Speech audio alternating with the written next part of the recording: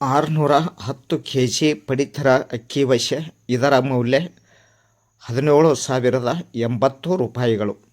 ಹೌದು ವೀಕ್ಷಕರೇ, ದಿನಾಂಕ 10/2/2026 ಬೆಳಿಗ್ಗೆ 11 ಗಂಟೆಯ ಸುಮಾರಿಗೆ ಆಹಾರ ನಿರೀಕ್ಷಕರಾದ ಪರಮಾನಂದ ಹೂಗಾರ್ ಅವರು ಖಚಿತ ಮಾಹಿತಿಯೊಂದಿಗೆ ಇಂಡಿ ಪಟ್ಟಣದ ರೇವಪ್ಪ ಮಡ್ಡಿಯ ಅಂಗನವಾಡಿ ಕೇಂದ್ರದ ಬಯಲು ಜಾಗದಲ್ಲಿ ಬಜಾಜ್ ಕಂಪನಿಯ maxima passenger auto number KA 28 AB 3984ರಲ್ಲಿ ಅಕ್ರಮವಾಗಿ ಸರ್ಕಾರದಿಂದ ವಿವಿಧ ಯೋಜನೆಗೆ ಬಿಡುಗಡೆ ಮಾಡಿದ ಅಕ್ಕಿಯನ್ನು ಸಂಗ್ರಹಿಸಿರುವ ವಾಹನದ ಮೇಲೆ ಬಲೆ ಬೀಸಿದಾಗ 610 ಕೆಜಿ ಅಕ್ಕಿ, ಇದರ ಮೌಲ್ಯ 17,080 ರೂಪಾಯಿಗಳು ಈ ತಿಮಿಂಗಲ ಬಲೆಯಲ್ಲಿ ಸಿಲುಕಿಕೊಂಡಿತ್ತು.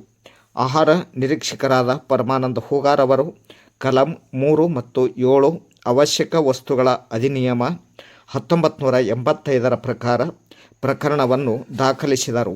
ಈ ಸಂದರ್ಭದಲ್ಲಿ ASI ಸಾಹೇಬರು ತಮ್ಮ ಠಾಣಾ ಸಿಬ್ಬಂದಿಯಾದ SS ಕೋರ್ಶೆಗಾಂವ್ CHC 499 JB ನಿಲೋರೆ CPC 627ರೊಂದಿಗೆ ಆಹಾರ ನಿರೀಕ್ಷಕರಾದ ಪರಮಾನಂದ ಹೂಗಾರ್ ಅವರು ಈ ಸಂದರ್ಭದಲ್ಲಿ ಪಾಲ್ಗೊಂಡು ಅಕ್ಕಿಯನ್ನು ವಶಪಡಿಸಿಕೊಂಡಿದ್ದಾರೆ.